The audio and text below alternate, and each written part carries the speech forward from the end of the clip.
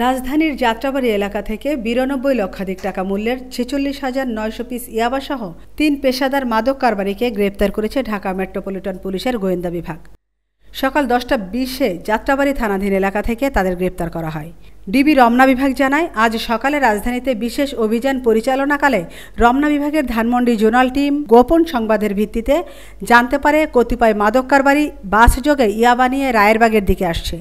এমন তথ্যের ভিত্তিতে ওই টিম ঢাকা চট্টগ্রাম রোডের রায়েরবাগ এলাকায় ফুট ওভার ব্রিজের নিচে চেকপোস্ট পরিচালনা করে মাদক পরিবহনে ব্যবহৃত বাসসহ ৩ পেশাদার মাদক কারবারিকে গ্রেপ্তার করে।